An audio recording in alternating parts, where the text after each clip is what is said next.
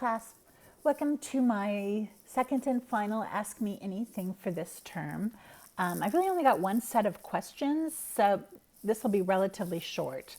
One student wanted to know about what it was like to be a ghostwriter and how I became one. I really enjoy ghostwriting a lot. I love writing, but one of the things that I've discovered is I don't always like being an author. There's a lot of work that goes into it, maintaining a website and posting on social media, and there is always yet another social media platform to learn and master. Putting out a newsletter, seeking out speaking gigs, creating posts for other people's blogs, writing articles. For me, it really took a toll. Ghostwriting has kind of let me step back from that and rediscover that love of writing that I had originally that brought me to this in the first place. So how did I end up doing it? I was actually intending to start taking on more developmental editing. I'd done some critiques for author friends and people were encouraging me to do more of it. They felt that what I had to offer was very helpful. I talked to a couple friends who were already in the business to find out how they had gotten their business started, and one of them suggested I sign up on a couple of websites.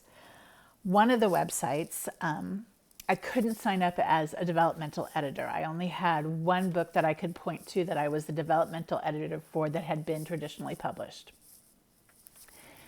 I could, however, sign up as a ghostwriter because I had done several projects with publishing houses where they had given me a premise and an outline, and I had written the book for them that they then published under a pen name.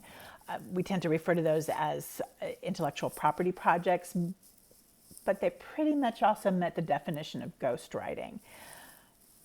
And I was really surprised at how many people wanted to hire a ghostwriter. Some people had an idea that they didn't know how to make it real. Some people had tried to write something and it didn't come out how they had wanted it to. Some people had written a draft and wanted somebody else to polish it.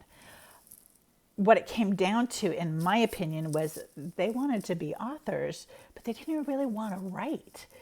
And it felt kind of magical to me that we had found each other like this, and that I was able to do what I loved and they were going to be able to do what they wanted to do.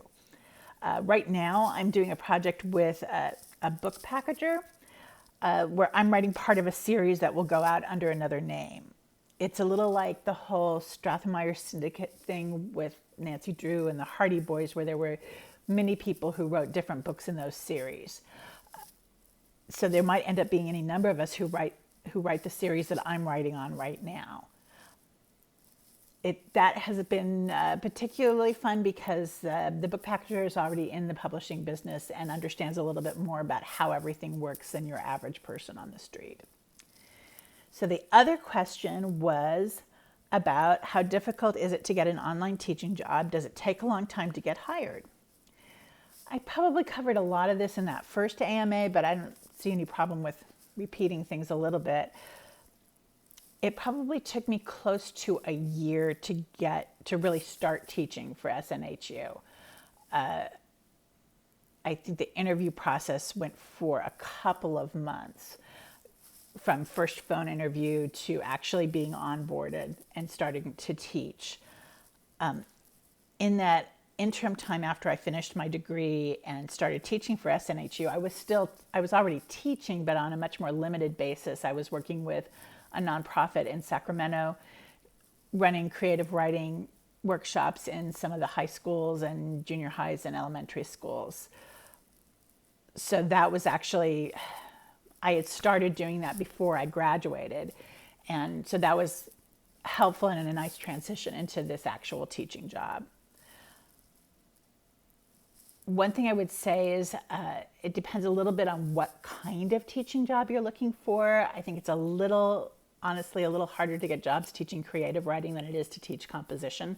So if you have the qualifications to teach composition, that's a great way to get your foot in the door in any number of institutions. I highly recommend taking a look at higheredjobs.com and seeing what they have posted and what's available.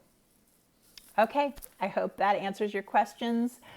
It's been a great term. I really appreciate all the work you guys have done, and Great good luck to everyone. Bye.